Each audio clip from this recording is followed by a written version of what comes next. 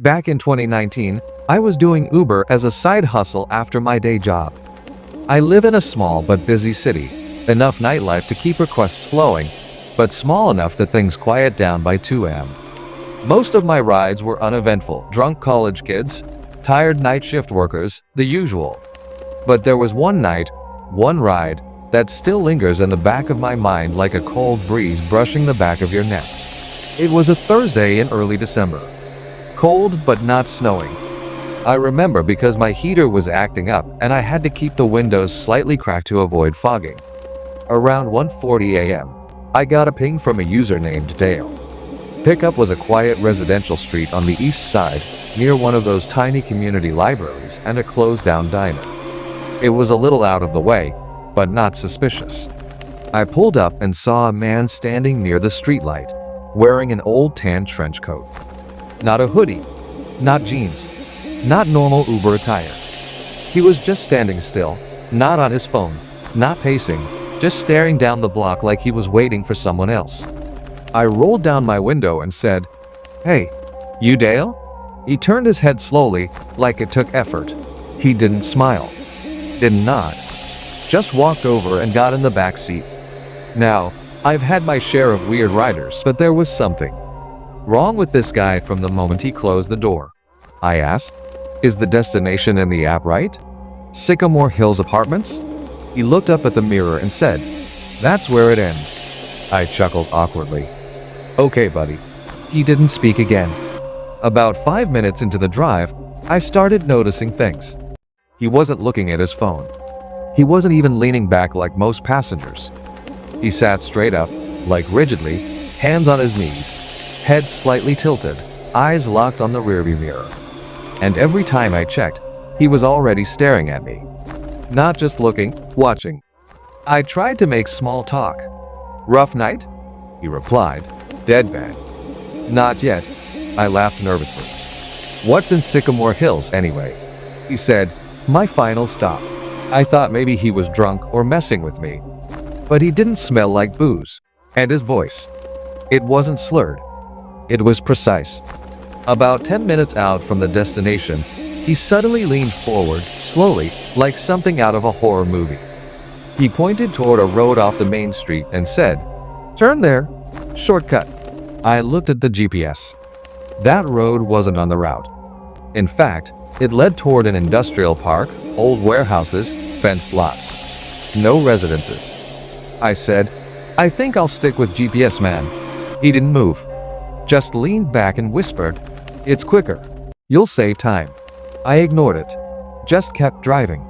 But my gut was starting to scream. About 5 minutes later, we pulled up to the Sycamore Hills complex. The buildings were dim, most windows dark, except one with a flickering TV light behind drawn curtains. He didn't move. I ended the ride and said, "All right, we're here." Still, he didn't budge. Then, he reached into his coat, and my heart dropped. I clenched the steering wheel. This is it. But he didn't pull out a weapon. He pulled out a Polaroid. Just a faded, yellowed Polaroid photo. He held it up tilted so I could see it in the mirror.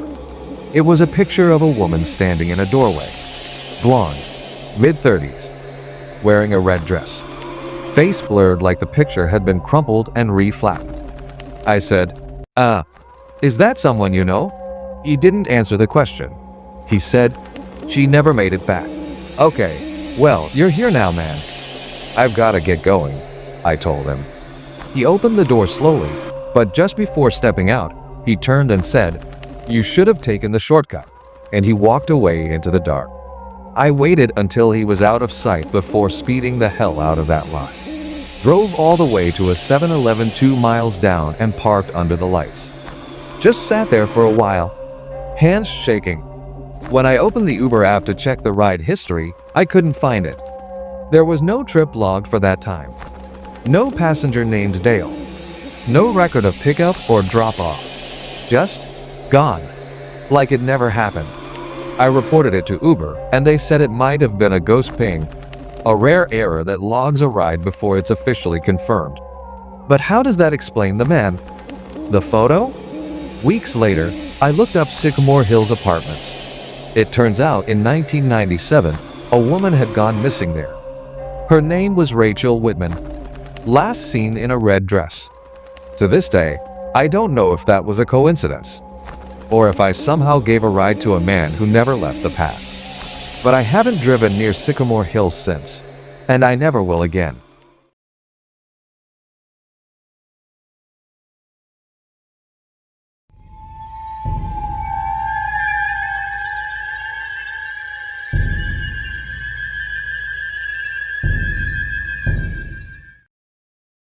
This happened to me in early 2022, a few months after I moved to a new city, one of those fast-growing metros where nobody knows their neighbors and everything looks brand new but still feels kind of hollow.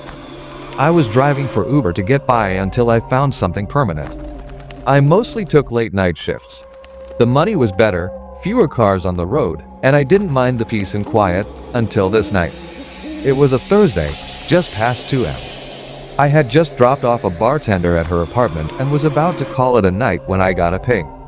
The name on the request said Marcus. Pickup location was a public park, not a building, not a house. Just a small park on the edge of a quiet residential area. It was a weird place for a pickup at that hour, but not impossible. People get dropped off by friends, go for late walks, smoke, whatever. I figured maybe he was just stranded.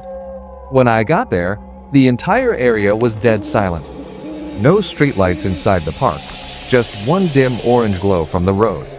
I pulled up beside the curb, headlights on, engine running.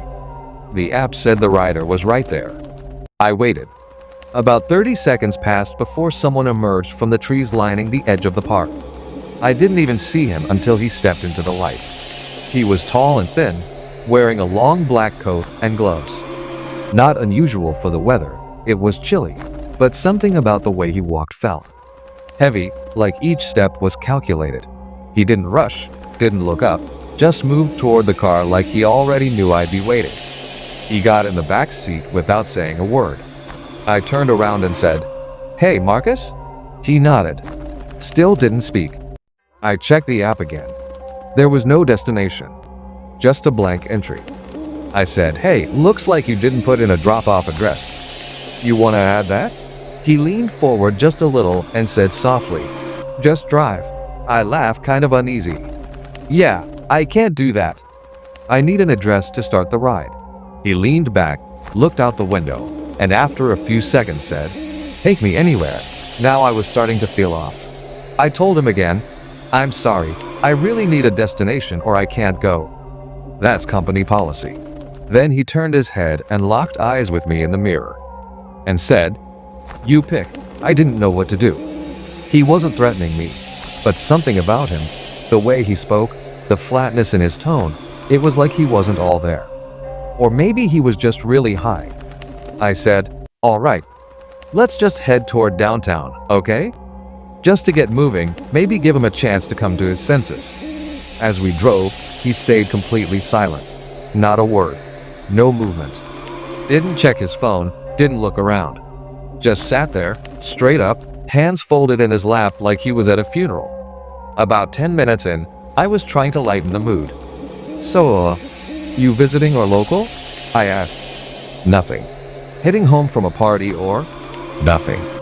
Then, finally, he said, "I was never invited."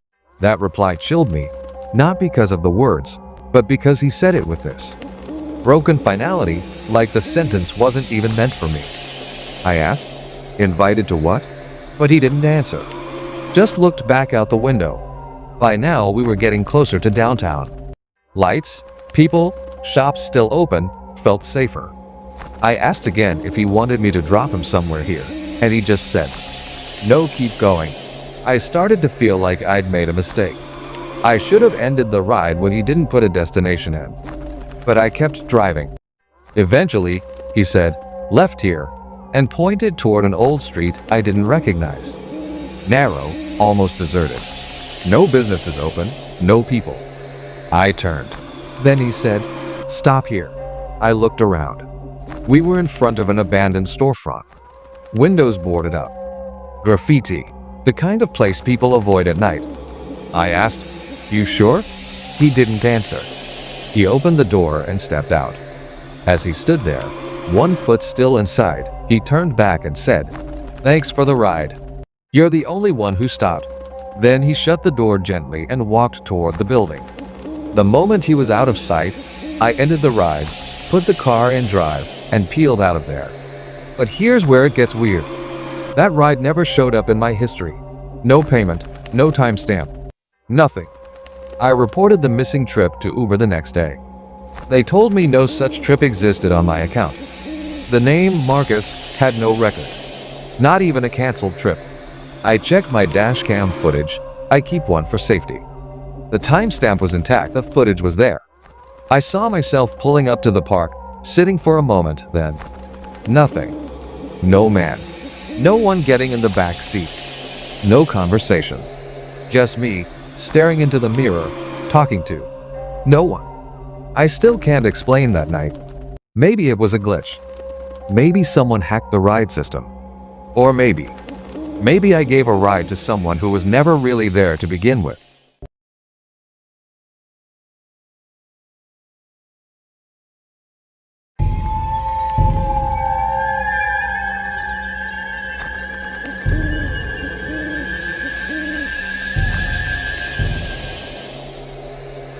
This happened in early 2021, when I was still living alone in a second-floor apartment just outside of a mid-sized college town. I was 23 at the time, a full-time student and part-time bookstore clerk, so I didn't exactly have the time or energy to cook every night. I ordered Uber Eats a lot. Too much, honestly. But it was convenient, and I never had a bad experience, until one weekend that still makes my stomach twist every time I think about it. It was a Friday night. Cold or rainy, and just kind of bleak overall. I was bundled up in sweats, watching Netflix with my dog. I decided to order from a local burger place I like. I added a note in the instructions like I always did. Leave at the door. No need to knock. About 30 minutes later, I got the alert. Your order has been delivered by Ethan in a blue Nissan Altima. But when I opened the door, nothing. I stepped out, thinking maybe it was left at my downstairs neighbor's place or the wrong apartment door. But I checked every doorstep in the building. Nothing. I even peeked over the stairwell railing. Nobody. No food. No car. Then I got a message in the Uber app. It was from the driver. Just 3 words. Look behind you. I froze. Slowly, I turned around. There was no one there. Just the dim, flickering hallway light and the sound of rain outside. I stood there for a solid minute, heart pounding, trying to rationalize it. Maybe it was a prank. Maybe he sent the message late and already left. But something wasn't right. I messaged back, "What do you mean? There's nothing here." He didn't reply. I walked back inside, locked the door, and sat down. A few minutes later, my phone buzzed. It was another message from the driver. This one said, "Nice dog." My blood turned to ice. My dog hadn't gone outside. No one had seen him, unless they were watching through the windows. I jumped up and yanked the curtains shut, then double-checked the locks on every door and window. I couldn't see anything outside, just darkness and the rain bouncing off the pavement. Then came the knock. Not at my front door, at the window. Tap, tap, tap. I live on the second floor. There's no balcony, no ledge, nothing to stand on. But someone was tapping the glass. I grabbed my phone, heart pounding, and called 911. I whispered into the phone, told them I thought someone was on my property, that I was alone and someone was trying to scare me, or worse. As I was talking, I crept toward the window, keeping to the edge of the wall, just enough to peek through the side of the curtain without exposing myself. There was nothing there. Just the rain-slicked glass and my own reflection, pale and trembling. The dispatcher said a patrol unit was on the way. I stayed on the line. The tapping had stopped, but the feeling that I was being watched hadn't. Then, headlights. I saw them sweep across the wall as a car pulled into the parking lot. I ran to the peephole in the door. A police cruiser. 2 officers. I let them in and explained everything. Showed them the messages. They checked around the building, including the roof access, nothing. No sign of anyone. No blue Nissan Altima anywhere nearby. Then one of the officers asked me to show them the Uber app, the trip details, the chat log, the driver profile. But when I opened the app, it was gone. Not the app, the delivery. There was no record of an order placed that night. No driver named Ethan. No receipt. No messages. It was like the entire delivery had never existed. The officer looked at me with concern and asked if I was sure I hadn't fallen asleep and dreamed it. I didn't argue, but I knew I hadn't. Over the next week, weird things kept happening. One night, I found my trash can flipped over on the porch. Another night, my dog started growling at the hallway for no reason, refusing to go near the door. And then, 3 days later, I found a napkin slipped under my doormat with 3 words written in grease pencil. Did you enjoy it? That was it for me. I packed up and stayed with a friend for 2 weeks while I looked for a new apartment. I never ordered Uber Eats again. Not once. And I changed my number just in case. Some people say it was just a sick joke. Maybe someone spoofed the app. Maybe it was a stalker who got lucky. But deep down, I don't think it was a prank. I think someone was watching. Someone who knew how to disappear. And I still wonder what would have happened if I'd opened that door a little earlier and caught him standing there.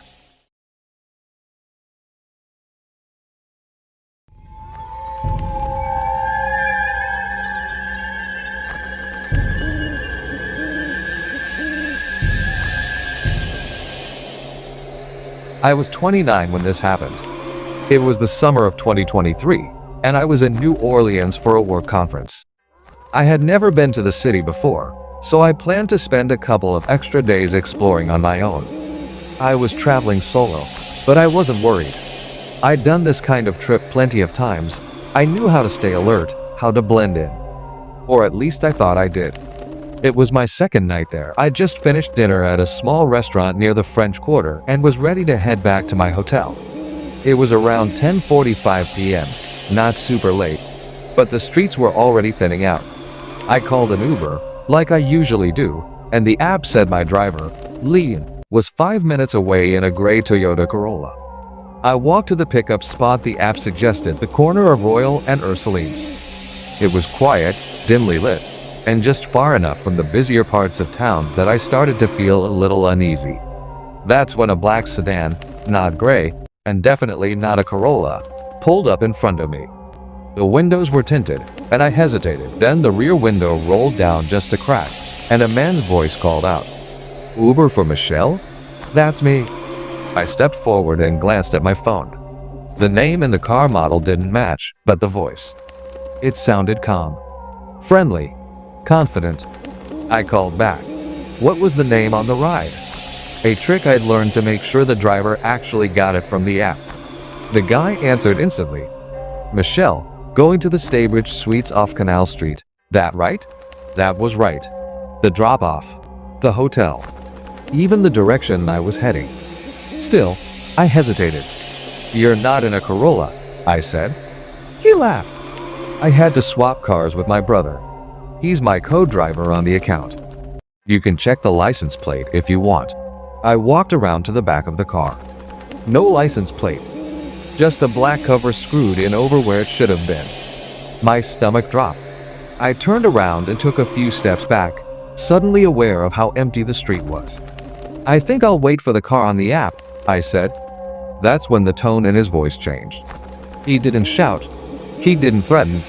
He just said quietly, "Michelle, don't make this harder than it has to be." I ran. Didn't wait for a reaction. Didn't look back. I sprinted straight down the block, toward the nearest busy street I could find. I didn't stop until I saw a bar with a doorman out front and ducked inside, pretending I was meeting someone. From the window, I watched that black car cruise slowly down the street, headlights off. No music. No sound. Just crawling along like it was hunting. My actual Uber, the gray Corolla, never arrived. The app said the ride was canceled by the driver. Maybe he got spooked. Maybe it was part of the setup. I don't know. I reported it all to Uber. They said they had no driver named Leon operating under my account that night. They couldn't explain how someone had known my name, my destination, or what kind of hotel I was staying at. The police took a report too. I gave them everything. But like so many other stories in this city, mine became another unexplained one in a long list of almosts. I don't use rideshare apps anymore. If I can't walk or take a cab, I don't go. And if you think it's just paranoia, that I overreacted, misread something, made it bigger in my head, then here's one last thing. A week after I got home, I got an email from an anonymous address. No subject line. No message body.